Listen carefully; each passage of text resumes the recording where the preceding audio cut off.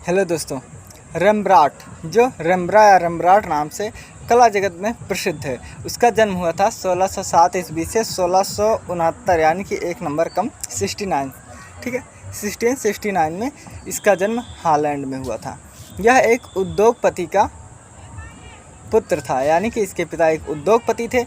ये मैट्रिक की परीक्षा पास करने के बाद ये एम्स्टर्डम गया अपनी कला की शिक्षा के लिए। फिर वहाँ पर ये ज़्यादातर जो है अपने आत्मचित्र बनाता था, रेखा चित्र बनाता था।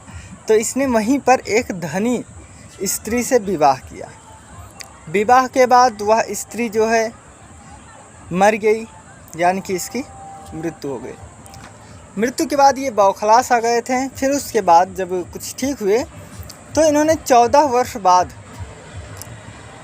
ये बहुत कर्जे में डूबने लगे। फिर 14 वर्ष बाद जो है जो कर्जदार थे उन्होंने इनका घर बेच दिया। इसके बाद वहीं के एक विद्वान हैं जिनका नाम है डॉक्टर तुल्य। डॉक्टर तुल्य ने रेम्ब्रांट को बुलाया कि आप आइए और हमारे शरीर का एनाटॉमी बनाइए। वहाँ पर इन्होंने डॉक्टर तुल्य का एनाटॉमी यानी कि चित्र बनाया था, शरीर शास्त्र का चित्र बनाया था, जिसमें सहयोगी इनके साथ अन्य शिष्य भी थे। ये सिलसिला ऐसे ही चलता रहा।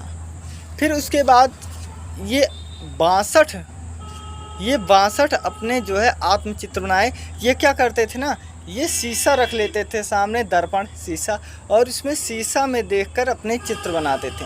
ऐसा भी प्रश्न में मिला है कि वह कौन सा कलाकार था जो अपने बचपन से लेकर के बुढ़ापे तक का आत्मचित्र बनाया।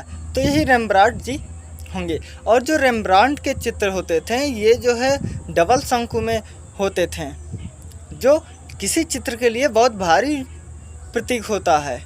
साथ ही ये जब कंगाल हो गए, यानी कि देखिए इनके पास जो है कुछ भी नहीं था सिवाय एक कपड़े के और कुछ इनकी पेंटिंग के, इनके पास कुछ भी नहीं रहता था। तब इनका सहयोग इनकी दासी थी, दासी के यहाँ ये रहते थे और उसका सहयोग करते थे। लेकिन भगवान को वो भी मंजूर नहीं था। कुछ दिनों बाद इनकी दासी का देहांत हो गया। फिर ये बेसहारा हो गए और भी कर्जे में जाने लगे। तो कर्जदार करते भी तो क्या करते, इनका जो लाश है वो भी सरकारी सहयोग से वो लाश जलाया गया। फिर वो घड़ी आती है जब सन 1669 यानी कि 1669 समय आता है तो उस पर रेम्ब्रांट की मृत्यु हो जाती है। तो ये कुछ तथ्य थे हॉलैंड के निवासी रेम्ब्रांट के विषय में। Thanks a lot.